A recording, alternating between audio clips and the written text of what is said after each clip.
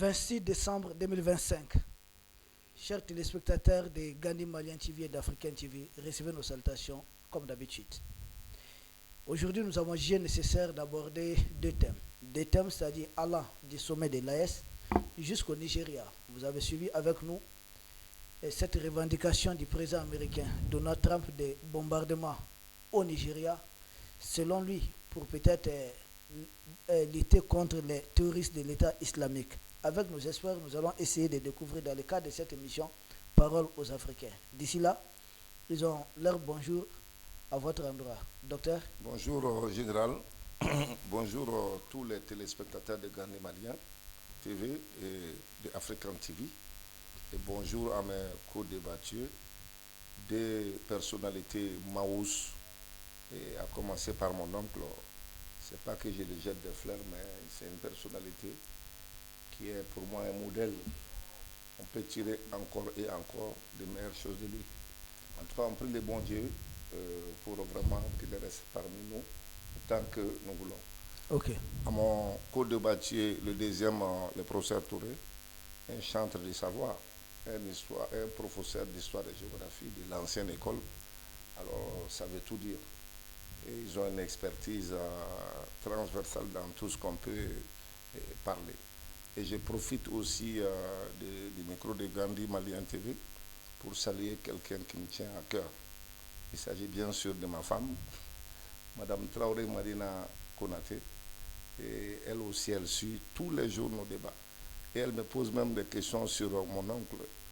Elle me demande souvent, ah, ton oncle là, voilà, il sait beaucoup de choses. Je dis oui, il y a des gens. Mais tu n'as pas dit à madame que tu demandes une femme à ton oncle? Je ne peux pas dire ça. On risque de dormir dehors. À moins que mon avocat me le demande. Ah oui, bon. Voilà, et j'espère que notre voix va encore porter. Parce qu'elle est en train de porter. Et ça, c'est, je le dis et je le réitère encore, ça c'est pour notre pays, le Mali. Pour le Mali, aucun sacrifice n'est de trop. On est là, même s'il n'y a pas d'essence dans le véhicule, on marche à pied, on est là chaque vendredi pour donner quand même notre petite expertise. Merci beaucoup. En tout cas, merci aussi à Gandhi Malien Télé, à toi particulièrement aussi, de nous accorder cette confiance-là. Et ce contrat de confiance va demeurer, et j'espère éternellement. Merci. Docteur, nous vous saluons pour votre engagement patriotique. Chaque fois que vous êtes disponible, vous n'hésitez pas à nous rejoindre ici, et même vos propositions, tout comme des doyens. Avant de passer la parole au professeur Touré, vous avez oublié de souhaiter une joyeuse fête de Noël à votre homme. C'est la deuxième fois que j'oublie. Donc, non, toi... de toute façon, la sanction est... Tu peux continuer, la sanction est... Donc, je le concède. Ok. Je le concède. Okay. Je souhaite à toute la communauté chrétienne, en général, particulièrement à mon oncle, à qui je tiens beaucoup, une joyeuse fête de Noël. Que le bon Dieu nous donne longue vie pour qu'on fête encore Noël, Noël et encore Noël. Merci beaucoup. Je t'en prie. Professeur Touré. Ok, merci Général. Encore, je vais emboîter les pas pour ce que le docteur vient de dire, vraiment pour la confiance que vous-même vous portez à nos modestes personnes. Et c'est quand même une tribune que vous nous offrez aussi pour faire valoir notre sentiment patriotique. Donc merci à toi et à Gandhi Malien. Mais, aux deux co-débatteurs, et encore souhaiter joyeuse fête de Noël à notre doyen. Et nous prions que Dieu nous assiste et veille sur nous, et que pendant beaucoup d'années on puisse être là à servir notre pays. Et joyeuse fête à toute la communauté chrétienne. Et nous souhaitons que la fête prochaine puisse trouver que le Mali est en paix, dépourvu de toute tentative de déstabilisation des démons. Donc je salue toute la communauté musulmane aussi. Et je crois que c'est ça le bon vivre. Vivre ensemble, c'est une obligation, ça s'impose. Aucune religion ne refuse que les religions vivent en parfaite harmonie. Oui. Donc nous espérons trouver une paix dans ce sens, et que chacun, selon sa confession religieuse, puisse apporter et prier pour le pays. Merci. Oui, doyen. Bonsoir Jawara. Bonsoir à mes deux co-débatteurs. Bonsoir à tous les travailleurs de Gandhi TV et de Africain TV. Bonsoir à leurs auditeurs. Bonsoir surtout à Fatou Doucouré. Encore merci pour le cadeau qu'elle nous a fait. Je voulais profiter pour dire, parce que la semaine passée, vous aviez évoqué le problème. Le docteur vient de passer un peu dessus. Nous sommes des volontaires. Oui. Je ne voulais jamais en parler sur le plateau, mais que les gens sachent que tout ce que nous faisons, c'est un bénévolat. Moi, à partir nous avons fait du covoiturage pour venir au plus fort de la crise du carburant. Moi-même, mon véhicule était en panne une fois. J'ai été obligé d'emprunter les mototaxis sous une file pluie pour venir à nos frais. Et pour le dire, bon, on nous dit expert parce que nous avons une certaine expertise de la question, mais ça ne veut pas dire qu'on l'a étudiée.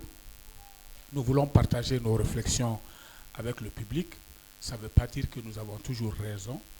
Et les bonnes discussions ou les rappels, comme le fait Fatou Doucouré, nous complètent aussi et nous permet parce qu'on ne peut pas, on se rappelle pas de tout, on ne connaît pas tout. Et donc, s'il y a de bonnes critiques dans les commentaires, c'est très bien, c'est très apprécié. Et dire aussi que nous ne sommes pas forcément toujours d'accord sur tout. Ce n'est pas comme ça. Mais même quand on n'est pas d'accord, on peut échanger avec la plus grande courtoisie. Et donc, de façon humble, je dis à tout le monde que nous croyons pouvoir apporter quelque chose, c'est pourquoi nous sommes là et qu'on ne se décourage pas. Et qu'on aime ce pays, on aime aussi les autorités de ce pays, mais peut-être qu'on ne nous écoute même pas, ou c'est la population. Le concept de l'émission, c'est surtout panafricain, surtout pour des gens... Parole aux Africains. Parole aux Africains qui sont du dehors, qui ne comprennent pas Bambara, que nos Bambara fonds qui demandent toujours qu'on fasse l'émission en Bambara, et qu'ils sachent que ça aurait été un plaisir de le faire, mais le concept, c'est vraiment d'informer les Africains qui ne comprennent pas Bambara et qui ne peuvent pas suivre nos actualités. Ok. Merci beaucoup, doyen. Donc, par ma voix, au nom de toute l'équipe de Gani Malian TV, d'Africain TV, bonne fête de Noël à toute la communauté chrétienne du Mali et du monde. Ceci étant, doyen nous entre dans les vifs du sujet. D'ailleurs, avant d'entrer dans le vif du sujet, vous avez évoqué peut-être un chapitre, la version Bambara. J'espère qu'avec le temps, nous pourrons organiser ça, mais pour le moment que les gens comprennent, les déplacements, ce n'est pas aussi facile. Nous maintenons d'abord l'émission hebdomadaire. Quand ça serait nécessaire, nous n'allons pas hésiter. Ce n'est pas que ce n'est pas nécessaire, mais pour nous inviter. Et ça demande aussi la mobilisation de certains moyens, mais nous allons en parler en off. Donc, pour entrer dans le vif du sujet, nous avons assisté, vous et nous, au sommet de l'AS qui vient de se tenir il n'y a pas longtemps. Notamment, c'est la deuxième session du Collège des chefs d'État qui a eu lieu ici à Bamako. Et d'ailleurs, ce sommet, nous avons assisté à une passation de pouvoir entre le président sortant, son Excellence Assimi Goïta, président de la République du Mali, et il a passé la main au président actuel du Burkina Faso, chef d'État du Burkina, son Excellence, et le capitaine Ibrahim Traoré. Ce sommet intervient dans un contexte tout à fait particulier. Nous aurons besoin de comprendre, si vous avez un mot à dire sur l'organisation, et même voir et essayer de nous peindre, de décrire un peu le contexte dans lequel est intervenu ce sommet. Merci. L'organisation, il faut dire que le sommet répondait déjà à deux défis. Okay. Un défi sécuritaire qui concerne l'organisation sécuritaire de toutes les délégations qui viennent, et surtout des présidents. Et chacun de nous sait qu'aujourd'hui, l'objectif, c'est d'éliminer un des présidents pour faire chuter l'AES. Et donc, même la venue du président burkinabé incognito, de façon, au moment où on s'y attendait, il n'est pas venu. Je ne sais pas s'il est venu par le moyen classique par lequel on l'attendait, mais en tout cas, ils ont essayé de déjouer. Il est arrivé le lendemain par un avion de l'armée de l'air du Burkina Faso. Et donc, il y avait cette organisation l'ensemble, sécuritaire de l'ensemble des délégations, mais aussi au moment même où se tient la Biennale de Tombouctou, Ah oui. qui est aussi un événement mouse qu'il faut sécuriser. Et, et tout ceci devait se faire dans la continuité des actes d'éviter ou de réprimer les attaques terroristes et sécuritaires des citernes même. Ça n'a pas arrêté. Il y a eu un moment où ils ont arrêté un peu parce que l'armée veille au grain. Ça ne veut pas dire que les escortes sont finies. Et puis, nous sommes en fin d'année. Il y a les fêtes de fin d'année. Il y avait Noël. Bon, là-bas, c'est un peu réduit, mais quand même, il y a une organisation sécuritaire autour des églises. Il y a aussi ce qu'on appelle Festival d'Ibi, je crois, qui se tenait. Oui. Bon, ensuite, je vois qu'en face du 26 mars, il y a aussi une organisation là-bas depuis quelque temps. Bon, tout ça, c'est des problèmes de sécurité. C'est-à-dire qu'il faut assurer la sécurité de tous ces gens-là et même des petites manifestations, mais en même temps sécuriser les délégations. Ce n'est pas une tâche facile. Et je crois que nos autorités s'en sont tirées avec brio. Il y a beaucoup de rassemblements. Bon. Ensuite, il y a toute la noria de la presse officielle et même des influenceurs qui sont venus. Et on peut choper ou bien faire du mal à un influenceur pour essayer d'atteindre le nom du Mali. Mais tout ça, c'est une vague, une situation sécuritaire très contraignante. Mais je pense que l'armée s'en est sortie. Les autorités, les forces armées et puis les forces de la sécurité s'en sont tirées vraiment bien. C'est ce que je peux dire, oui. Merci beaucoup. Docteur, vous complétez votre nom quand même? Oui. Au niveau de l'organisation, oui, du contexte. D'abord dans le même sens, mais j'ai dit oui et non. L'organisation a été une bonne chose. Quand on me pose la question, j'ai dit oui et non. Pourquoi oui? Un grand oui. Parce qu'un coup de chapeau, déjà à notre ministre de la Sécurité, le voyant colonel, général autant pour moi, je ne vais pas le dégrader, Daoud. Oui. Un dispositif sécuritaire impressionnant. Il faut aussi, je ne vais pas lui enlever un coup de chapeau parce que c'est un petit poney. Le général... Attention, tu parles de notre ministre. Hein? Tu parles de notre... Non, j'ai quitté le ministre. Je suis avec le général. Ok. Le chef de service de sécurité. Voilà. C'est ça, non? La sécurité d'État. Ou bien c'est plus la sécurité d'État, ils ont une autre appellation. Agence. Une agence de la sécurité nationale. Même si tu es très heureux, on va pas te permettre. Hein. Non, lui, c'est mon petit captif. Mais s'il fait du bien, on le reconnaît. Okay. Ça, c'est un péché de ne pas reconnaître le bien. Vraiment, coup de chapeau à ce monsieur, à ce grand homme. Général Modibo-Kone. Général Modibo-Kone, salut à vous, monsieur le général. Vraiment, vous méritez, tout ça là est à vous. Et aussi à la bonne compréhension du peuple malien. Un peuple, j'ai dit, je répète, résilient. Parce que le sommet a débuté un jour ouvrable, un lundi. Et moi, j'ai été obligé de faire 1000 tours pour regagner mon service. Parce que les 2 ponts n'étaient pas d'usage. On pouvait traverser les ponts qu'à pied. Donc, nous qui étions dans nos voitures, j'étais obligé de faire le tour de Bamako pour passer par la tour de l'Afrique, ensuite Iri-Major et aller par le 3e pont pour aller à mon service à l'hôpital Mère-Enfant Luxembourg. Et j'avoue que malgré tout ça, j'étais content. Pourquoi? Parce que ce sommet, on va en venir, ce sommet avait une importance toute particulière au-delà de son caractère statutaire. Parce que c'était une manière de jauger ceux qui nous tendent les guet-apens. J'ai dit ici sur ce plateau, encore et encore à moult reprises, ils avaient leur logiciel, mais rien n'a marché. On dit Dieu avec nous. Et le sommet s'est très bien passé.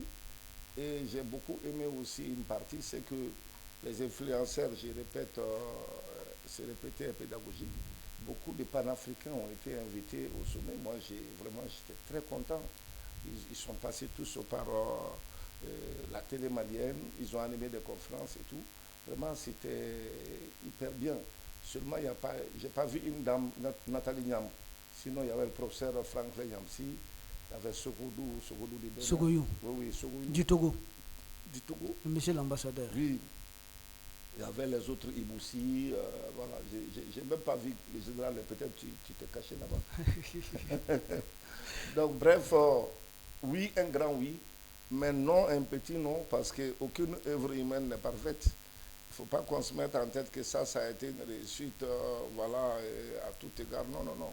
Il faudrait quand même renforcer. Il y a des choses à améliorer. Il y a des choses à améliorer.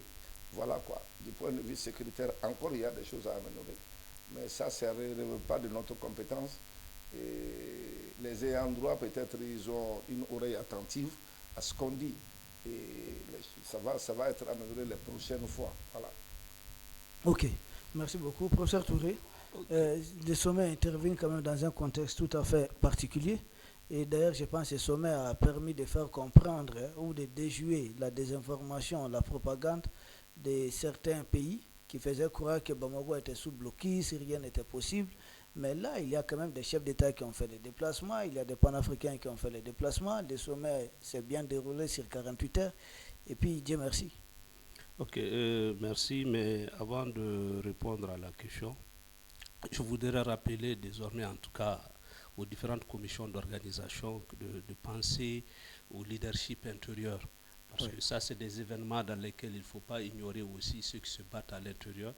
Il faudra qu'on pense à eux pour qu'ils puissent vraiment côtoyer les autres, parce que c'est comme ça qu'un créneau se crée, ça crée les échanges et puis les contacts restent. C'est bien de faire venir les panafricanistes à travers le monde, mais au niveau local aussi, il ne faut pas négliger, quoi.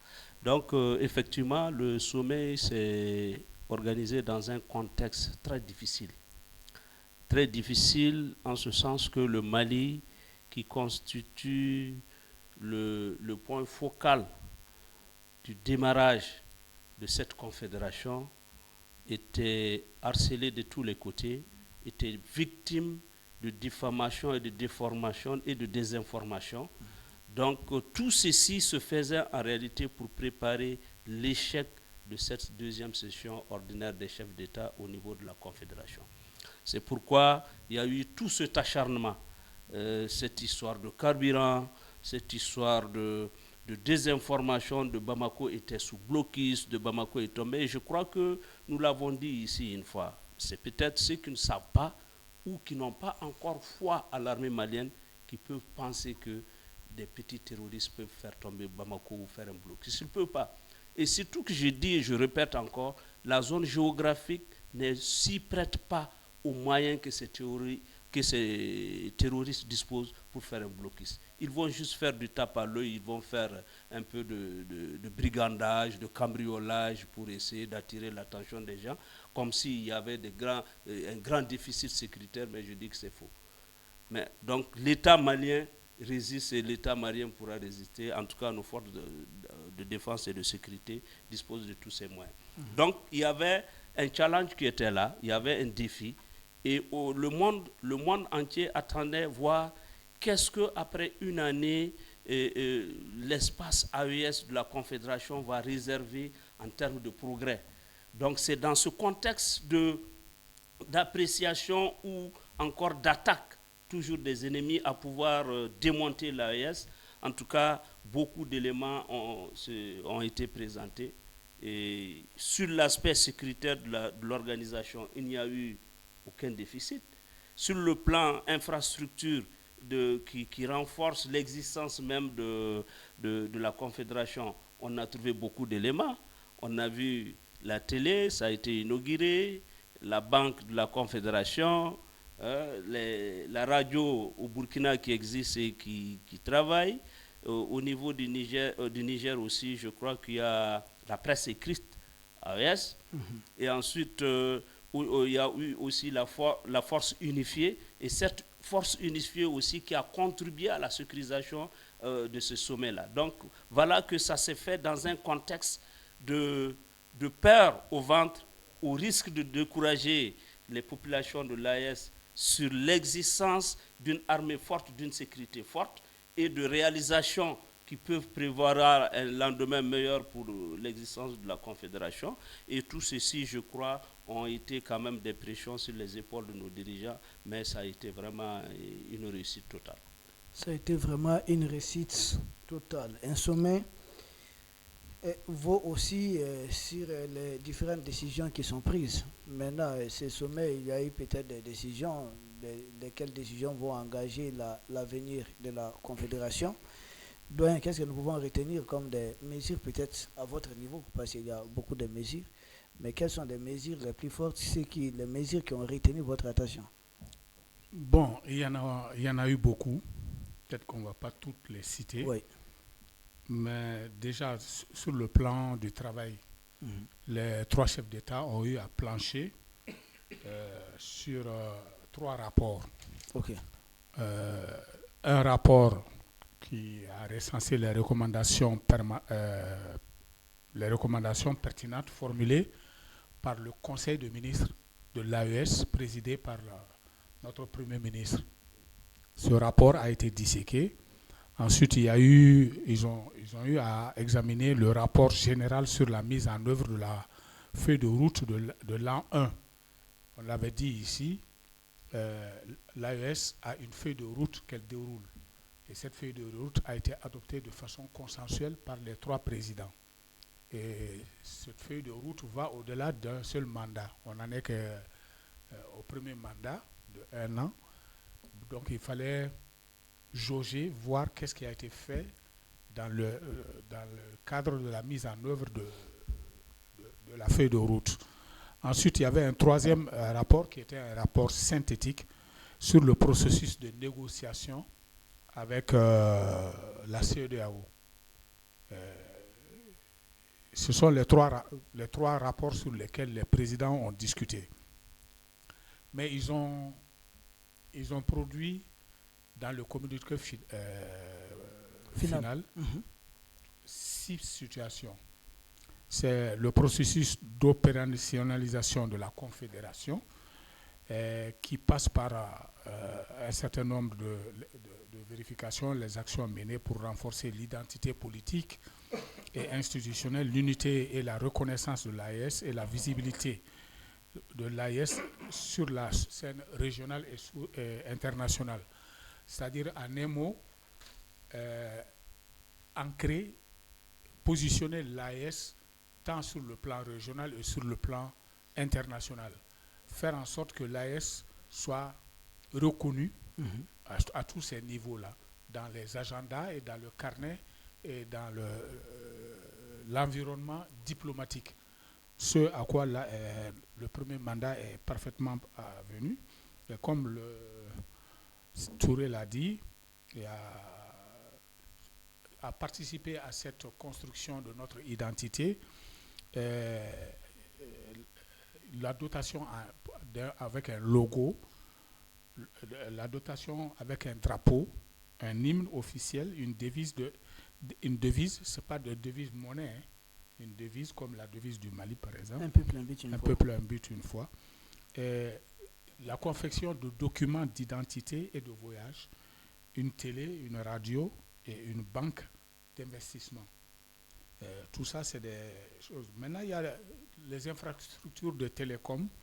Et les présidents ont encouragé les ministres de l'information à travailler dans ce sens-là pour diminuer les coûts des communications à l'intérieur et avec les pays, à l'intérieur de l'AES et avec les pays voisins aussi de l'AES.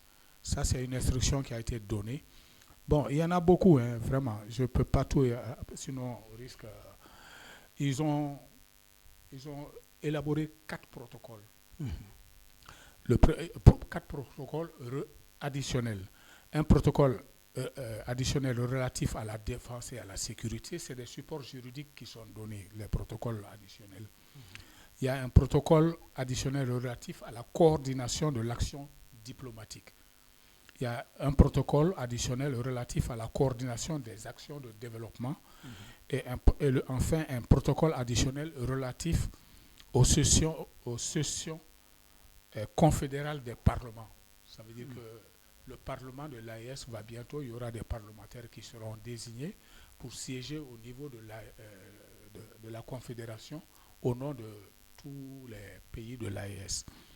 Ensuite, il y a, sur le contexte sécuritaire et géopolitique, il y a eu des avancées, mais ils ont condamné les tentatives de déstabilisation de quelque manière que ce soit. Ils se sont réjouis de l'unité, de la solidarité entre les trois États lorsqu'on a voulu nous créer des problèmes, particulièrement le Mali, quand on s'est attaqué à l'approvisionnement en carburant. Ensuite, ils ont affirmé leur ferme volonté d'éradiquer le terrorisme sous toutes ses formes. Ils ont pris une résolution de combattre le terrorisme tant sur le plan économique, médiatique, comme Touré le disait, et puis combattre les campagnes de désinformation surtout qui ont précédé et qui accompagnent. Il y a sur le plan, ils ont salué aussi la création et l'opérationnalisation de l'élément, le FU-AES, Front Unifié de l'AES, qui a été opérationnalisé et qui a commencé ces choses. Ensuite, sur le deuxième point, ils ont parlé des actions diplomatiques qui a permis tout ce qu'on vient de dire sur les accords diplomatiques qu'on a passés, l'entente diplomatique pour une représentation unique de l'AES par le ministre des Affaires étrangères de l'AES et qui a souvent, ils ont salué la concertation qu'il y a eu entre et la complémentarité entre les missions diplomatiques. Ensuite, il y a quelque chose sur les questions de développement et là, ils ont pris une décision extrêmement importante, c'est le prélèvement confédéral. Parce que la banque BCID, ils ont annoncé... Banque confédérale d'investissement et de développement. Voilà, ils ont annoncé un capital de départ de 500 milliards, mais il y avait aussi une possibilité de financer cette banque-là, en tout cas de prendre un fonds qui peut venir aussi financer en partie ou totalement les besoins selon ce qu'on peut requérir.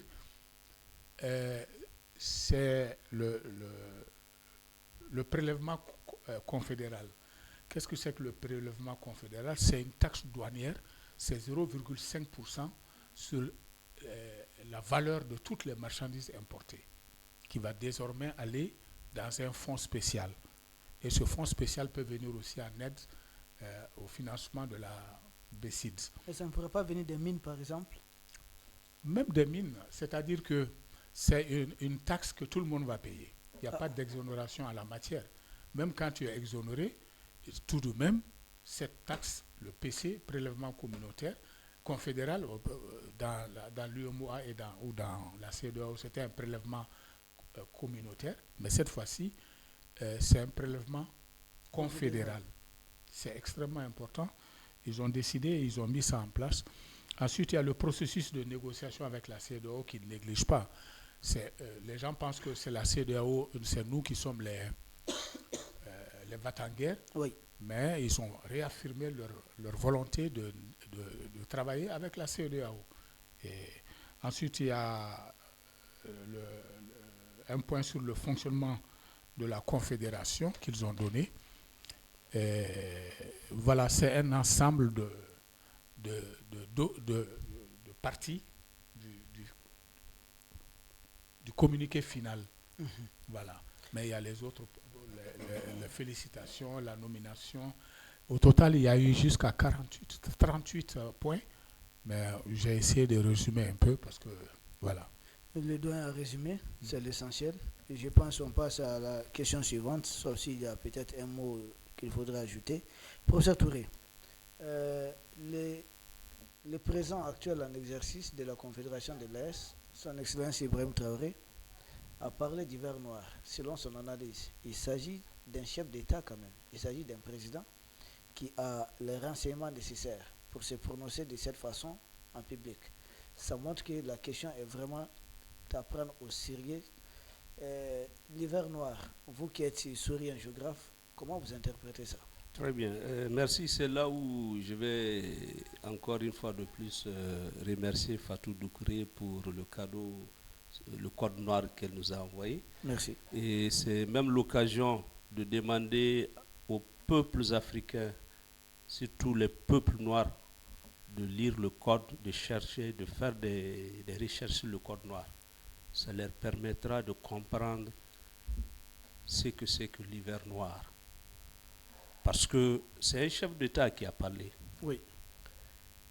Et avant de prononcer l'hiver noir, il avait d'abord parlé du printemps arabe. Oui. Donc c'est dire que tout ce qui se passe aujourd'hui, tout le dispositif qu'on est en train de faire, et dans l'hiver noir se retrouve la crise économique qui a été imposée au Mali, la crise de carburant. Carburant attaqué des unités industrielles. Carburant attaqué des unités industrielles, essayer de déstabiliser un peu l'économie. Le secteur énergétique. Le secteur énergétique qui constitue le moteur, et surtout sachant qu'une fois de plus, sans exagérer, que le Mali constitue un maillon important de ce type de dispositif confédéral et qui ne fait pas du tout l'affaire de l'Europe.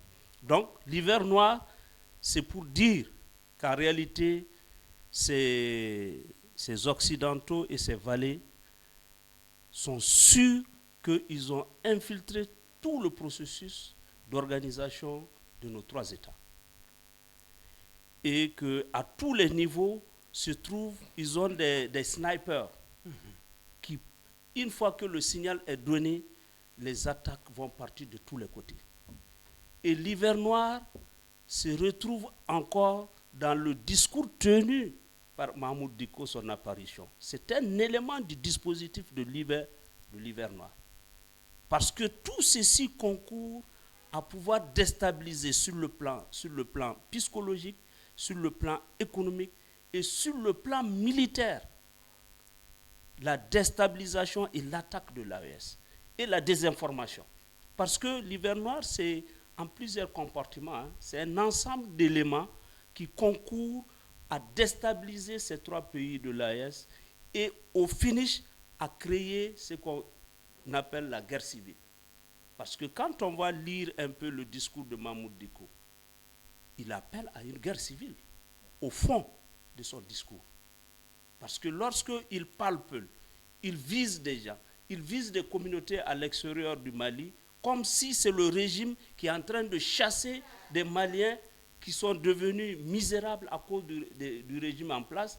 Et quand il parle du Mali, il parle d'immigrés, il parle des trois régions, il parle des trois pays, parce que ça se retrouve à tous les niveaux. Donc, c'est un dispositif tellement large dans lequel chaque élément doit être placé dans l'hiver noir comme étant un point de déstabilisation de l'AES. Et je sais que dans tout ce dispositif, la finalité, c'est de pouvoir faire une guerre civile, comme ils l'ont souhaité en Afrique centrale, au niveau du Burundi, du Rwanda et du Congo, qu'ils ont réussi dans cette partie à mélanger, à s'imposer. Et c'est cette stratégie qu'ils ont voulu vraiment faire. Et il faut que les communautés fassent excessivement attention. Et que quand le président dit l'hiver noir, ça veut dire au fond que chaque élément doit être pris au sérieux. Et chaque élément incompris doit être mis dans ce vocable et doit être traité à la limite de la déstabilisation de l'AES, pour que ça puisse avoir une réponse appropriée et que ça soit définitivement traité. Je parle sous le contrôle du docteur, parce qu'une maladie doit être traitée à l'origine.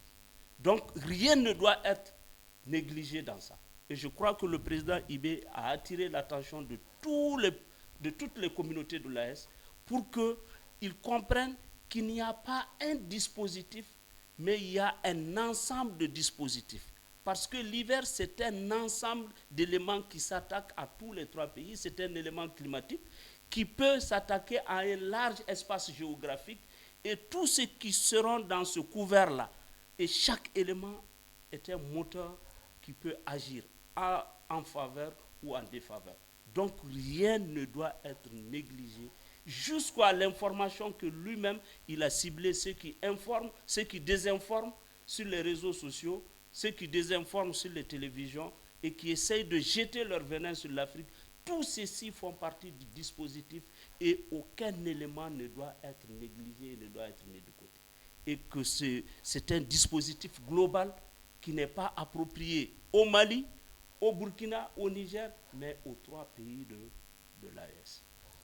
Docteur, l'hiver noir, professeur Touré, il est vraiment allé dans les détails, il a si bien détaillé, c'est très bien expliqué. Vraiment, coup de chapeau au professeur. Sincèrement, il a compris. Il a très bien compris le vocable de notre président Ibrahim Traoré. Ibrahim Traoré. C'est vrai, on dit en Afrique que ce n'est pas forcément en ayant les cheveux grisonnants qu'on est une vieille personne. Une vieille personne, quelqu'un peut vivre longtemps, mais il n'a pas cette mentalité de vieille Vous personne. parlez de maturité d'esprit. De maturité d'esprit, j'allais en venir. C'est un jeune qui est vraiment très maus. Il parle en parabole, mais les gens ne comprennent pas. Quand on dissocie les deux mots, hiver et noir. Le noir a toujours été la mauvaise couleur, on le dit. Mais nous sommes noirs, hein, docteur. Nous sommes là, on nous a étiqueté ça. Même il y a des termes consacrés à l'usage. Par exemple, on dit qu'il est le petit mouton noir. Ouais, la couleur noire. La couleur noire. C'est une couleur de tous les jours. Je parle de colère même. Oui, non, moi je parle de couleur. Ah, couleur. La couleur noire est une couleur de tous les jours. Or, les blancs qui nous ont traités de mauvais, et leur couleur blanche est une couleur de circonstance. Moi, j'ai compris comment. Noir, mauvais. Hiver, il n'y a pas d'hiver chez nous. Il y a l'hiver chez les blancs là-bas. Ils ont 4 temps. Après l'hiver, c'est le printemps. Après le printemps, il y a l'automne. Après l'automne, il y a l'été. Donc, il y a ces 4 temps-là qui est là-bas chez les Européens. Nous, chez nous, il y a les 2 saisons. La saison froide et la saison sèche. Chez nous, même presque c'est 3. Oui, pendant la fin de la saison sèche qu'il pleut. Je parle sous le contrôle du professeur de géographie. Hiver noir, l'hiver commence quand? Chez eux en France, ça commence à partir de fin novembre, décembre, janvier, février et même mars. Donc, ce temps imparti est très très important pour comprendre leur mécanisme de déstabilisation. Parce qu'ils ont choisi ces moments-là. Et Ibé avait dit il y a longtemps, le président Ibé avait dit il y a longtemps, qu'on devrait s'attendre à une guerre de haute intensité, une guerre multidimensionnelle, une guerre pas que seulement les armes, il y a une guerre communicationnelle, il y a tout. Donc ce temps imparti, c'est-à-dire l'hiver, moi je comprends l'hiver noir à partir de décembre, parce que qui comprend, vous voyez, si vous comprenez bien les choses, ou bien quand on regarde un peu dans les rétroviseurs, depuis le mois de novembre, ils ont commencé l'attaque des citernes, leur communication, les réunions en Côte d'Ivoire, en Mauritanie ou en Algérie, leur intervention sur les réseaux sociaux, ça a commencé depuis novembre. Donc ils ont donné une cadence infernale à cela et ils sont allés même à dire que la ville de Bamako va tomber peut-être d'ici quelques jours. Tout ça, ça faisait partie de leur communication. Ils ont attaqué les citernes. Ils continuent d'attaquer nos garnisons et tout. Vraiment, ils ont leur logiciel qu'ils ont collé à cet hiver-là. Donc l'hiver noir, à ma connaissance, c'est cette période bien encadrée où dans l'AES, on doit faire excessivement attention. Ils ont mis en branle leur plan A, peut-être qui a échoué. Ils vont mettre en branle un plan B, pourquoi pas un plan C, pourquoi pas un plan A plus l'infini. Parce que leur objectif, c'est de faire tomber l'AES. Pas plus, pas moins. Donc si le combat est connu, l'ennemi est connu, alors le comportement aussi pour se défendre est connu. Souvent, il ne faut même pas aussi être sur la défensive. Il faut aussi être sur l'offensive. Parce que, comme en football, on le dit, la meilleure manière de se défendre, c'est d'attaquer. Donc, souvent, quelque part, nous, on est un peu nonchalant dans nos actes et faits qu'on pose. Et là, c'est ça qui fait le plus mal. Comme on dirait l'autre, le fer est chaud, il faut le battre. Donc, c'est ça, en fait, ma compréhension de l'hiver noir. Il n'y a pas d'hiver chez nous, mais cette période-là, hivernale qui est de novembre à mars, Il faut faire extrêmement attention. Et nos services de sécurité veillent au grain. Et je sais que le bon Dieu, Allah est avec nous. Ils ne pourront pas nous faire tomber, quoi. Ça relèvera de miracles. Ok. Oui. Ça relèvera de miracles. On a besoin de l'analyse du doyen quand même. L'hiver noir, vous avez quelque chose à ajouter? Pas seulement l'hiver noir, tout le comportement de IB. Allez-y. On pense que ce n'est pas extraordinaire. C'est-à-dire, l'an 1 de la Confédération, c'était la mise en œuvre de la feuille de route, c'était le départ. Il faut poser les bases, les soubassements. Et ça, c'est difficile. Mais en général, dans tous les domaines, pendant son mandat, le général Assimi a réussi à mettre toutes les fondations en place. Oui. Et donc, IB c'est la continuité de ce qui a été entrepris, tout en tenant compte des recommandations pertinentes issues, par exemple, du Conseil de ministres, présidé par le Premier ministre. Donc, tout ce qui devait être mis en place, il s'agit de continuer à dérouler la feuille de route. Mais connaissant IB, je le crains un tout petit peu. C'est l'idéologue. Il est l'idéologue parmi les trois, le président, tandis que le président Tchani n'est pas un idéologue, mais c'est un homme des services secrets. Parce que lui, il a l'art de sortir tout ce qui est tramé contre l'AES, contre les pays de l'AES. Et ça fait beaucoup mal. Bon, Assimi, c'est le taiseux. Il dit rien, mais il n'en demeure pas moins que son silence peut faire autant, sinon plus de mal encore. Un silence, je dirais, éloquent. Voilà. Et donc, ça, c'est... Mais je craignais que IB, dans sa fougue d'idéologue, qu'il ne crée un incident diplomatique. Mais j'ai été un peu rassuré parce qu'on a donné ce qu'on craignait. On a donné la présidence de la commission de l'UEMOA au Burkina Faso. On pensait qu'il allait mettre les pieds dans les plats, mais jusqu'ici, il n'y a pas eu de contretemps. On n'entend même pas parler. Ça veut dire que ça fonctionne bien et qu'il n'a pas mis les pieds dans les plats comme on s'y attendait. Donc on espère que... Bon, mais il sera quand même quelqu'un mais seulement il avait parlé à ce niveau de l'albinos noir. Vous et nous avons peut-être notre idée là-dessus. Mais seulement l'hiver noir évoqué risque de retarder l'arrivée de l'albinos noir, ou l'hiver noir pourra précipiter l'arrivée de l'albinos noir. Lui, avec ses métaphores, ce que je sais, c'est que quand il a évoqué, comme il l'a dit, le printemps arabe, c'est une offensive pour déconstruire les pays, pour déstabiliser les pays. Et donc, c'était le printemps arabe. Maintenant, l'hiver noir, c'est l'hiver de chez nous. C'est un ensemble de situations mises en place pour déstabiliser le Sahel. Mais il a dit d'une façon métaphorique ce qu'il a toujours affirmé, que les pays de l'AES doivent se préparer à une guerre de haute intensité. Et donc, c'est les renseignements qu'ils ont. Ils savent qu'est-ce qui peut se déclencher et quand est-ce que ça peut venir et qu'il faut se préparer. Nous, sur le plateau, on n'a jamais cessé de dire que ce n'est que le début. Oui. Que les gens s'attendent à plus dur. Oui. Et donc, c'est cela qu'il est en train de... Il tire la sonnette d'alarme. Il faut qu'on se prépare psychologiquement au choc. Et je suis vraiment d'avis avec le fiston. Parfois, peut-être qu'il s'agit, on ne peut pas tout mélanger en même temps, mais il serait intéressant que l'AES montre sa force pour ne pas avoir à s'en servir. Et qu'est-ce qu'il faut faire? Je crois qu'il faut être celui qui chasse. Il faut chasser dans la meute quand il y a une meute où qu'on veut chasser. On isole un gibier, oui. Et celui-là, on fait haro sur le boudet, sur celui-là. Mais ceci peut être fait, c'est-à-dire qu'on peut choisir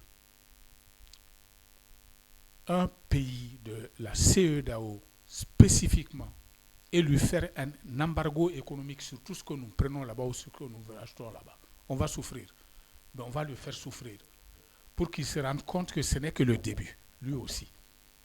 Je crois que c'est peut-être qu'il faut, même si on n'a pas tous les moyens, on peut s'abstenir de passer par le port d'un pays, par exemple.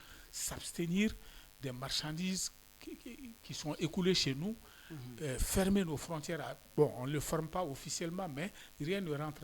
Ces marchandises ne viendront pas sur nous. Et je crois qu'il y avait eu ce...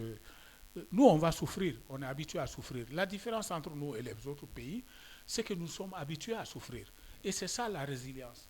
Nous, on peut souffrir du manque de certains produits alimentaires, c'est des produits alimentaires des Bamakois, ça ne va pas dans les brousses. Mais si jamais on s'abstient de les acheter, les pays voisins qui nous amènent ça, mais ils vont souffrir. C'est comme ce que le Niger est en train de faire avec le Bénin. En rompant tout, le Bénin voilà. Et donc, il faut que les 3 pays de l'AES se réunissent pour boycotter, par exemple, le port d'un pays. Le port d'Abidjan.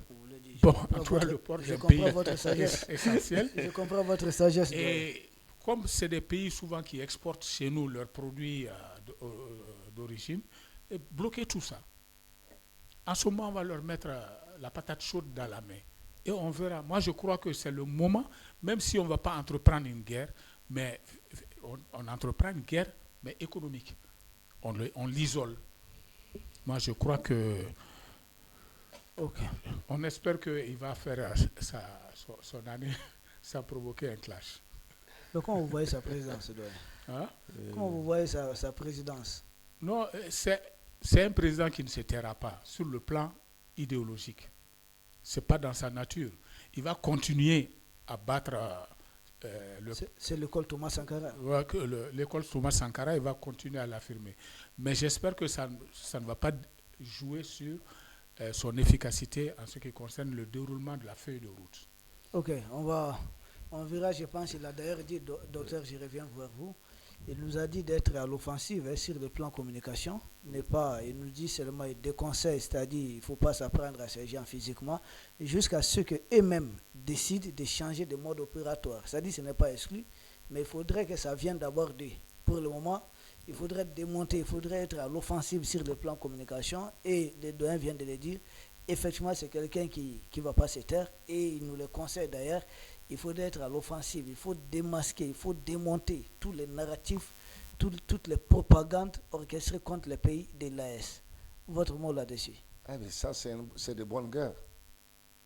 On ne peut pas faire autrement. On l'a dit moult reprises ici sur ce plateau, que la communication, là, c'est la partie la plus importante d'une guerre. Et moi, j'ai fait une parallèle exactement entre ce qui se passe entre l'Union européenne et la Russie. Oui. La Russie dit qu'ils ne vont pas attaquer l'Union européenne. Ils n'ont pas de guerre avec l'Union européenne. Mais quand l'Union européenne aura le toupet de les attaquer, alors ils verront leur réponse de toutes les couleurs. Effectivement, mais la Russie aussi ne s'était pas, vous voyez, même souvent quand c'est nécessaire, le président Poutine sort pour faire de la communication. Et son ministre des Affaires étrangères, Sergei Lavrov, ainsi que son vice-président de la Douma et l'ex-premier ministre. Il aurait traité certains de cochons il n'y a pas longtemps. Le président Ibossi parle des musaraignes, des drosophiles. Des drosophiles. Drosophiles, ça m'a fait beaucoup narrer parce que moi qui suis un grand scientifique, ça me rappelle mes cours de biologie au terminal. Ça m'a beaucoup marré. Parce que quand il a parlé de drosophiles, peut-être beaucoup ont applaudi, ils ne savent pas ce que c'est. Bon, on peut aller un peu à l'école si on permet. La drosophile, c'est une grosse mouche aux yeux vraiment exophthalmiques, c'est-à-dire qui sort du cadre. Ça vous fait penser à quelqu'un? Oui, on continue. Oui. Cette mouche-là a été beaucoup pour les expériences de génétique. Et je rappelle un peu, je me rappelle que c'est un grand généticien, Mendel, qui a fait des expériences de génétique sur les drosophiles, et pour qu'on comprenne les basiques même de la génétique, quoi. Il a fait allusion à ça et c'était pour vraiment, par ricochet, frapper quelqu'un de l'autre côté. Et Moussa, comment il dit encore? Musaraigne. Musaraigne. Ces mots-là, j'ai du mal à dire, mais vous connaissez les coloniens? Oui, exactement. C'est ça. C'est ça les musaraignes. Qui sent mauvais surtout. Ça sent mauvais, mais sa piqûre aussi est bizarre. Ça, ouais. Quand ça te pique là, ça fait mal. Ça fait très mal. Voilà, c'est ce genre de petit, comment ça s'appelle, animal genre souris ou quoi, oui, c'est ça. C'est une variété de souris, mais au long museau comme ça. Ouais, il a parlé des gueules des misérés. Exactement, il fait allusion à certains, comment ça s'appelle, influenceurs de la sous-région, qui ne cessent de taper l'AES. Et quand ils ont le même, comment ça s'appelle, le même vocable, quand ils sortent 70 fois, ils te parlent mal de l'AES. Donc on ne peut pas, comme ça, laisser ces gens-là parler de nous sans pour autant les recadrer aussi. Nous aussi, on a notre bouche pour parler. Donc, sa communication a apporté grand fruit. Et quand on va sur les réseaux sociaux, j'avoue que tout le monde a eu à comparer, à commenter ça. Et les concernés même, sans pour autant parler d'eux, ils ont montré leurs images. Vraiment, personnellement, ça m'a beaucoup plu. Le président Ibé, et je pense que toutes les communications qu'il fait, il ne les fait pas peut-être tout seul, quoi. Il concerte aussi ses pairs, notamment le général d'armée Assimi Goïta et le général Tchani. Parce que dans cette histoire-là, quand c'est 1 pour 3 et 3 pour 1. Quand un parle, il parle au nom de tout le monde. Et c'est là où moi j'ai compris que tout ce qui sortira de la bouche de Ibé, c'est déjà accordé par les deux autres. Les deux grands frères. Et oui, bien sûr. Donc ils ont partagé le rôle, quoi. Il a dit, notre président Assimi, je l'aime bien, lui, il ne parle pas, un silence éloquent, mais il agit. Mais quoi que Ibé va te faire, lui il assume. Oui, lui il assume, c'est ça. Et de l'autre côté aussi, c'est la même chose, le général Tchani. Et lui, c'est lui qui fait beaucoup plus peur aux Français, aux colons français. Parce que quoi qu'il fasse, lui, il est là. Quel que soit leur, je ne sais pas, leur amalgame de mauvais esprits ou de plans machiavéliques préparés, lui, il est au courant. Et c'est ça qui est... La force de l'AS. De l'AS. C'est ça qui est la force de l'AS. Donc, c'est vrai, Ibé, peut-être, il va, comme on le dit, les comptes. En Bamana, on dit, Anya Blarom na Ambataï. Là où on a laissé, on va prendre. Okay. Là où le général Assimi a laissé, lui, il va prendre encore de plus belles, c'est sûr. Mais seulement avec son mandat, nous voyons beaucoup plus de poids au niveau de la guerre communicationnelle. Exactement, exactement. C'est ce qu'on a cessé de dire ici. Et je pense que nos autorités sont en train de comprendre. Okay. Mais seulement, on ne doit pas seulement focaliser cette guerre sur, comment ça s'appelle, les panafricains seulement, comme mon avocat a dit. Il faut aussi voir les gars de l'intérieur. Quand il y a de telles choses, les appeler aussi, les associer. Sinon, on peut faire ça dans toutes nos régions. Alhamdulillah, aujourd'hui, ceux qui ont créé Facebook et tout ça là, et ils ont travaillé pour nous, quoi. Nous, on n'a pas... Parce qu'avant, quand il y avait une nouvelle, on disait que c'est RFI qui a dit. Oui, RFI qui a dit. Ou bien c'est l'ORTM. Hein, c'est Baba Daga qui a dit à l'ORTM. C'est vrai, même si c'était BBC. Pas... BBC aussi. Ou Jeune Afrique. Et certains aussi avaient même... faisaient les petits malins quand un nouveau numéro de Jeune Afrique sortait. Ils amenaient ça au grain. Ils lisaient devant nous autres qui n'avaient pas d'accès à ça. Ils disaient oui, bon, voilà, ils se parlaient entre eux. Ceux qui avaient quand même la possibilité d'être abonnés à Jeune Afrique, moi je n'étais pas abonné. Quand ils lisaient un numéro, quand un nouveau numéro sort, ils me donnaient l'autre, là je lisais. Et moi, oui, et moi, je ne trouvais rien d'intéressant là-dedans, quoi. Des présidents qui payaient de leur poche pour les faire des éloges dans Jeune Afrique. C'est ça, Jeune Afrique. Mais on est où là? Ok. Ouais. Professeur Touré, et la guerre de communication. D'accord, on voit que chacun fait ce qu'il peut. D'ailleurs, nous avons vu Emmanuel Macron qui était en difficulté parce qu'un jeune Burkinabé de 17 ans aurait utilisé l'intelligence artificielle pour générer une vidéo qui a fait 12 millions de vues et qu'Emmanuel Macron, selon lui, avec tout son poids, il a contacté la direction de Facebook pour supprimer tout de suite cette vidéo qui faisait vraiment mal parce que c'est un président, selon Emmanuel Macron, en Afrique de l'Ouest ici, qui était vraiment paniqué. Je ne sais pas pourquoi il doit être paniqué.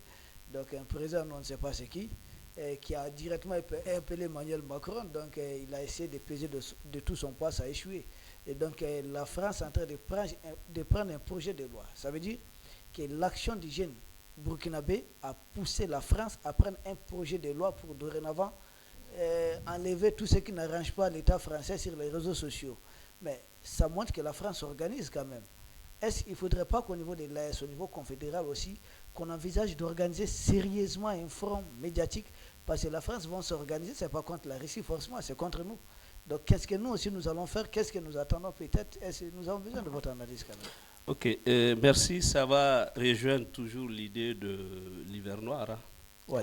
Parce que Emmanuel Macron s'affole à cause d'une vidéo qui est partie de l'intelligence artificielle. Moi, je crois, en tout cas, c'est une bonne chose. Je suis content qu'eux, ils comprennent que ça fait mal de pouvoir déstabiliser un pays à l'intérieur. Ouais. Ils vont comprendre.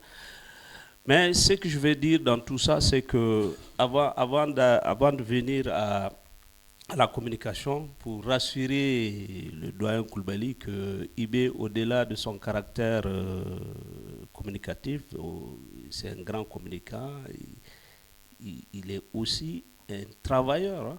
Il est aussi un travailleur. Ouais, pour vous dire que déjà, nous, on a commencé à travailler au niveau de l'AES sous l'impulsion même de IB sur le volontariat de l'espace AES. Ouais, ça, c'est quelque chose qui le tient beaucoup à cœur. Et en ce moment même, on est en train de travailler sur des dossiers par rapport à ça. Et il y a même des rencontres tournantes au niveau... L'année dernière, c'était au Burkina, cette année au Mali. Dans quelques mois, on va se retrouver au Niger pour travailler sur... C'est un dossier que lui, spécialement, il a confié, il a préféré mettre ça au niveau de l'AS pour dire que le volontariat, il a déjà commencé à jeter les bases de comment est-ce que peut-être il va contribuer à contrer l'hiver noir qui va s'acharner sur nous de tous les côtés. Donc la communication, comme il l'a dit, aujourd'hui, on doit se préparer. Et on ne doit pas tenir compte des sentiments extérieurs.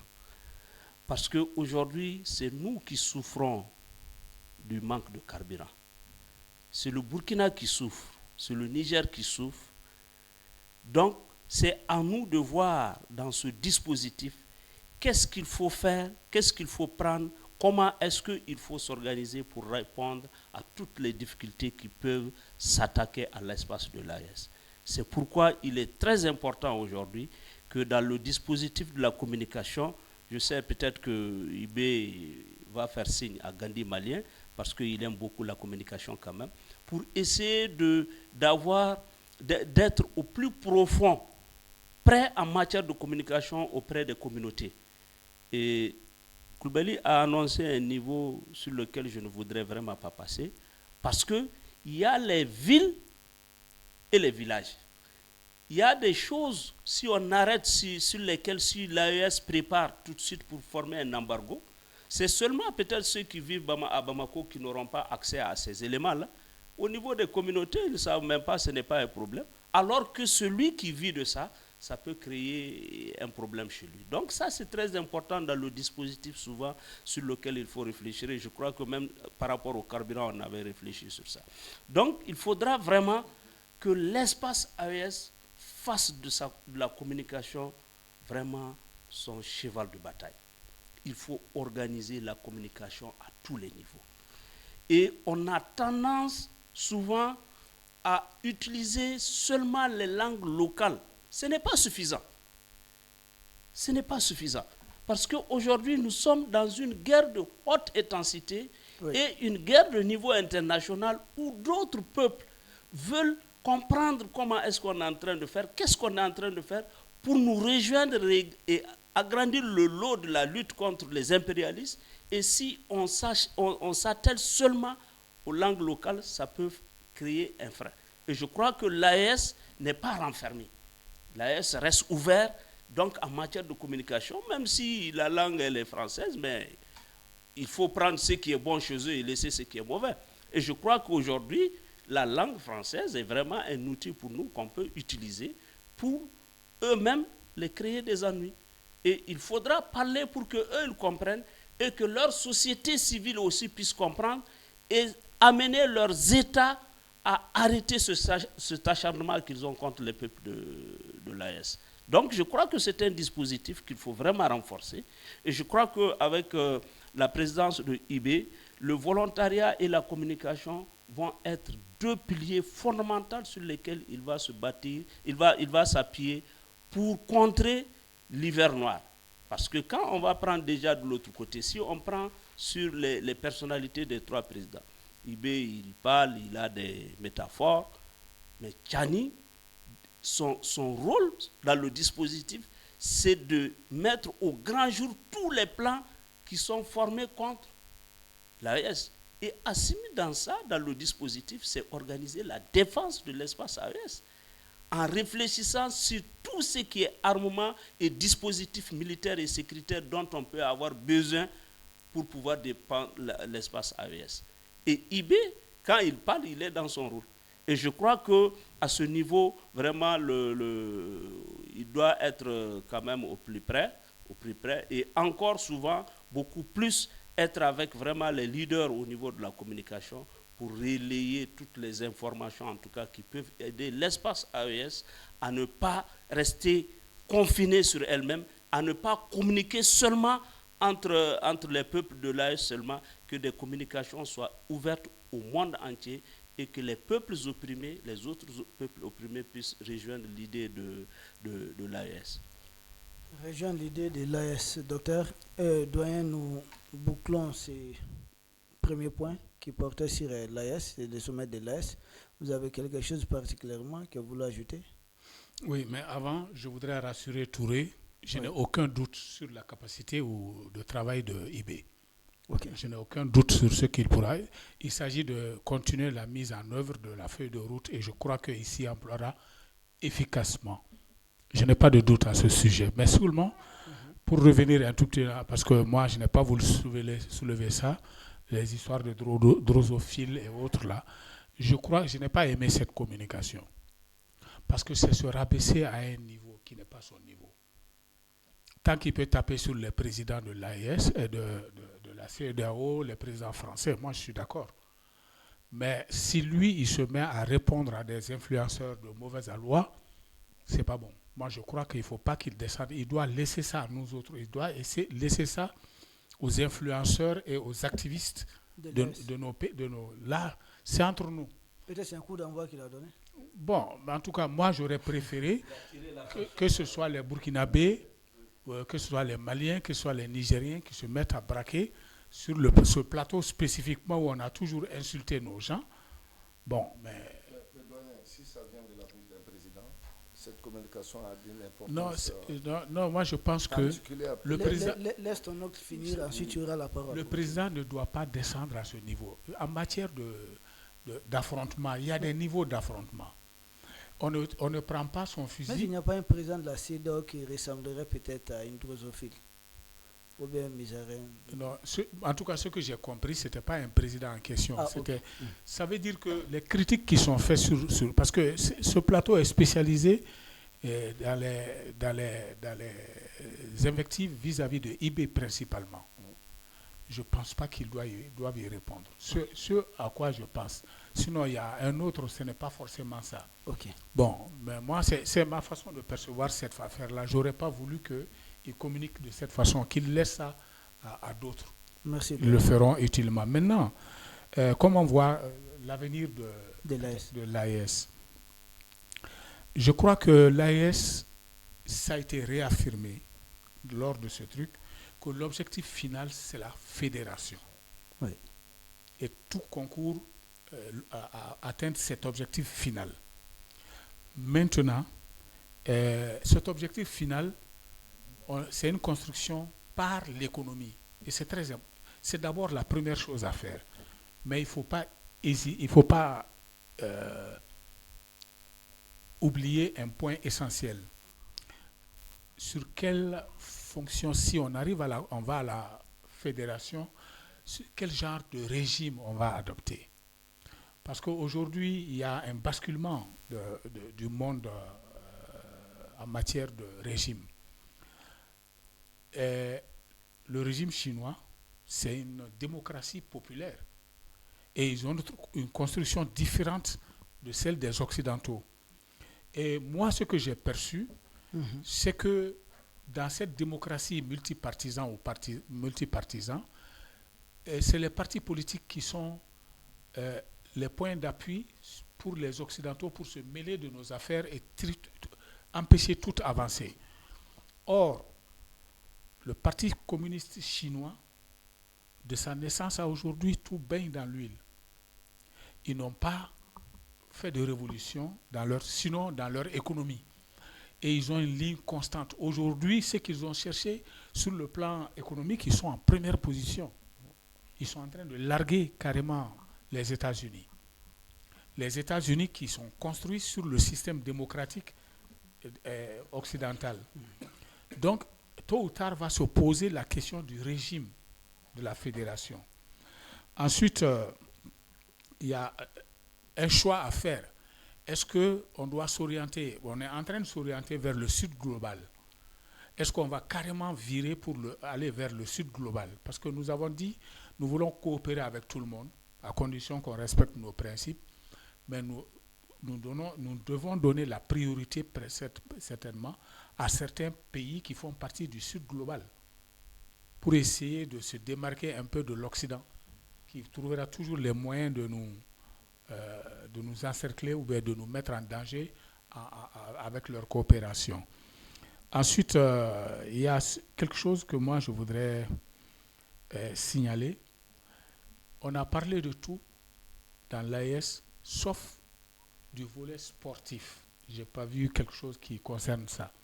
On avait discuté un peu. Les Jeux de l'AES? Oui, j'en viens justement. Okay. Il y a les Jeux de l'AES qu'on a organisés, mais c'est de mauvais jeux pour moi. Parce que vous savez, on dit le sport uni. Mais, comment je l'appelle, le fait d'être supporter, les supporters sont divisés quand ils ont des équipes différentes. Moi, je souhaite plutôt une AES qui va dans la construction d'une unité au niveau des sports. Faire des équipes nationales dans tous les domaines sportifs. En athlétisme, en football, en basket, en volley. Et en ce moment, si on doit organiser les Jeux de l'AES, on peut inviter des équipes étrangères qui peuvent venir et compétir avec une équipe nationale. Bon, j'anticipe, une équipe fédérale de l'AES. Non, j'ai dit, pour le moment, on est confédéral, ouais. Ensuite fédéral.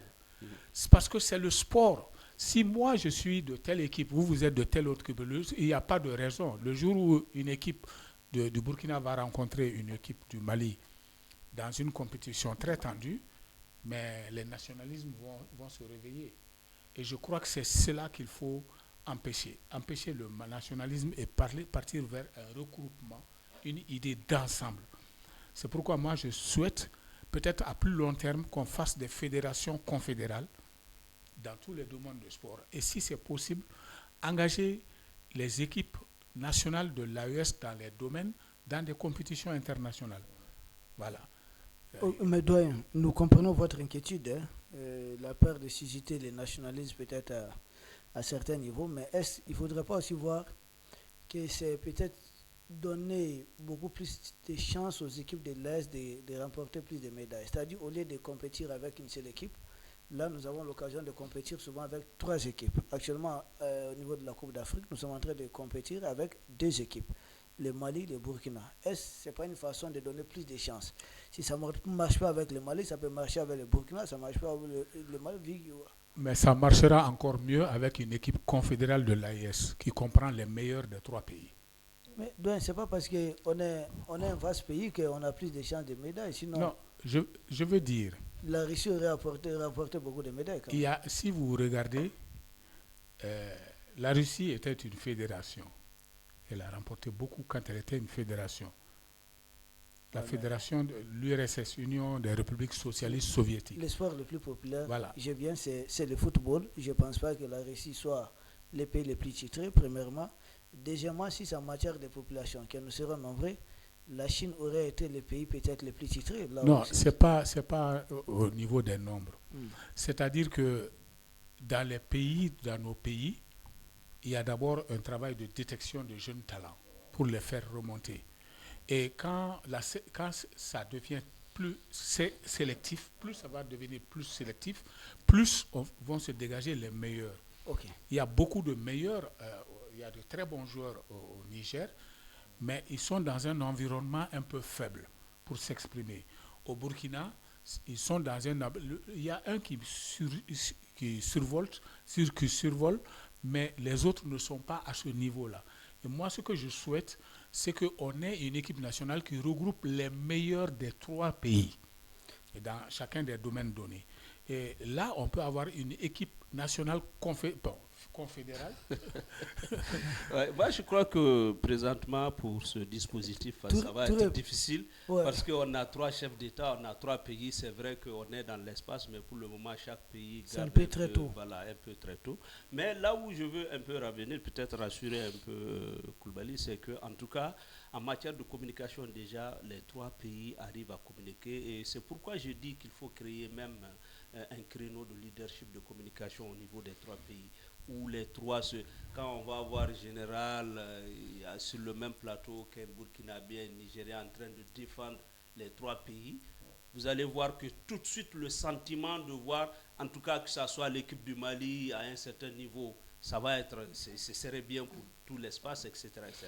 Moi, je crois qu'il faut beaucoup plus se concentrer sur la communication. Moi, je pensais que tu allais plutôt parler du côté agricole et peut-être au niveau de la santé, essayer d'avoir des projets communs pour que, parce que lorsque notre docteur va sauver une vie au Burkina ou au Niger, je crois que même si l'équipe du Mali bat le Niger ou le Burkina, en tout cas, ce qui sera retenu, c'est que le docteur a été sauvé une vie au Burkina ou au Niger. Moi, je crois qu'on va aller par cette procédure, et lorsque le dispositif, en tout cas, va faire en sorte que c'est une fédération comme au Nigeria, comme aux États-Unis, on va en ce temps peut-être parler de l'équipe. Non, ce qu'il y a, c'est qu'il y a des comités sectoriels, il y a des comités nationaux et des commissions nationales. À l'intérieur de l'AE, je n'en ai pas parlé, et les présidents ont incité ces comités et commissions nationaux à s'investir beaucoup plus. J'ai pensé justement à l'agriculture, mais comme c'est des choses sectorielles, c'est dans la feuille de route qu'il y a les projets sectoriels qui peuvent réunir, parce que c'est des projets communs aux 3 pays. Ok. Et donc c'est pour ça que je l'ai pas. Pour le moment, ils n'en ont pas parlé, sinon ça ne veut pas dire qu'on l'oublie. Les techniciens m'informent qu'on n'a plus assez de temps, donc on passe rapidement à la dernière question. Chacun aurait, si possible, 3 minutes là-dessus. Docteur, nous commençons par vous, votre ami Donald Trump. C'est votre ami, non? Non, il a cessé d'être mon ami parce qu'il a de ce comportement-là. J'ai beaucoup de respect pour sa personne parce que c'est une institution, c'est le président des États-Unis. Mais la personne même de Donald Trump me fait penser, je l'ai dit ici, à un malade mental qui a atteint une maladie qu'on appelle psychose maniaco-dépressive. Soit lui, il voit de la même manière, il ne voit pas de la même manière que nous, ou il voit les choses à l'envers. Comment est-ce qu'on peut comprendre? Et puis il annonce depuis longtemps que les chrétiens sont en train d'être massacrés au Nigeria. Et voilà, il veut attaquer le Venezuela qui est chrétien. Oui, il veut attaquer le Venezuela qui est chrétien. Voilà, ça c'est incohérent, quoi. C'est anachrone. Dans les 2 pays, on a le pétrole. On a le pétrole dans les 2 pays. Donc, ce n'est pas une question il y a toujours eu des chrétiens au Nigeria. Personne, ces communautés-là, personne, les Boko Haram, pour venir à eux-mêmes, Tulsi Gabbard, qui est le chef de leur service de renseignement, de Donald Trump. Oui, lui, elle avait dit en son temps que Daesh était une création d'eux. Or, le Boko Haram, comme en mathématiques, c'est une dérivée primaire ou secondaire du Daesh. C'est la même chose. Et c'est comment est-ce que la moustique peut chercher un moyen pour massacrer d'autres moustiques? C'est pas possible. Comme on le dit, j'espère que ceux qui ne comprennent pas Bamana, j'essaie d'expliquer. Les moustiques ne fabriquent pas les anti-moustiques, quoi. Oui, les anti-moustiques. Non. Ça, c'est incompréhensible. Dire qu'il est allé bombarder Boko Haram là-bas, qui a vu les images de bombardement? Qui a vu les impacts et tout? Est-ce qu'on a fait des vidéos? Les seules parties du chasse sont racontées que par les chasseurs. Il faut faire extrêmement attention à ces Américains-là. Mais Boko Haram là, ça tue chrétiens et musulmans quand même. Tout le monde. Tout le monde. Comment est-ce que je peux comprendre que lui, il a un prétexte si faible, si fallacieux? Est-ce qu'il ne veut pas nous amener l'hiver noir? Bon, je ne dirais pas non. Hein. Ok. Je ne dirais pas non. Mais chaque fois, je dis, mais les Américains... Tu termines rapidement. Ils ont toujours une arrière-pensée. Et ce qu'ils disent et ce qu'ils font, ce n'est pas la même chose. En tout cas, ils sont très versatiles. Ils ont plusieurs couleurs, c'est les caméléons. Mais attendons voir les choses vont se décanter, il n'y a pas de souci. Ok. Professeur Touré, les Nigériens annoncent avoir effectué des frappes contre les Bénin quand même. Ça montre qu'ils ont une armée puissante. Oui. Mais au même moment, ce sont les Américains qui interviennent pour neutraliser les touristes là-bas. Quel paradoxe. C'est paradoxal, quoi. Moi, j'ai dit d'abord que le Nigeria... En tout cas, moi, parce que j'ai du respect pour le peuple. Donc, pour ça, vraiment, j'ai mal lorsqu'on bombarde un peuple africain. Mais je suis content lorsqu'on montre à l'État nigérian, comme on appelle, son immaturité. Parce que c'est eux qui se sont associés ou prêté main forte à la France pour bombarder le Bénin. Et aujourd'hui, on bombarde chez eux. Et comme je l'ai dit, l'hiver noir, c'est un ensemble d'éléments. Hein. Et dans cet ensemble d'éléments, il y a toutes les cartes sont des cartes maîtresses. Et aujourd'hui, les États-Unis, par rapport à ce... Parce qu'on l'avait dit ici une fois, les États-Unis ne vont pas devenir spectateurs de cette chasse au trésor à travers le monde. Aujourd'hui, ce qui est en train de se faire au Mali, moi je sais quelque part les États-Unis, on la met sous ça, hein, ils sont très contents du fait que les Russes sont en train de travailler avec les peuples de l'AES, parce que ça leur permettra de dire à la France, désormais vous n'êtes plus seul maître d'ici, chacun peut aller chercher sa part et chacun peut négocier en tout cas une ressource minière. Donc le Nigeria aujourd'hui, quand les États-Unis se mettent à bombarder le Nigeria, en réalité c'est pour préparer une installation de l'armée américaine au Nigeria. Parce que le Nigeria c'est la frontière du Sahel. C'est la frontière du Sahel. Donc aujourd'hui, que on dise les chrétiens sont séquestrés au Nigeria, mais je dis que c'est faux. Je dis que c'est faux, parce que quand on va voir un peu au Mali, les djihadistes, ils ont commencé par le nord. Et le nord, on sait depuis quelle année l'islam est introduit par le nord sur le territoire malien. Donc c'est pour dire que c'est toujours des alibis qu'ils utilisent pour enfin se donner mandat à pouvoir s'installer ou s'instaurer sur un territoire.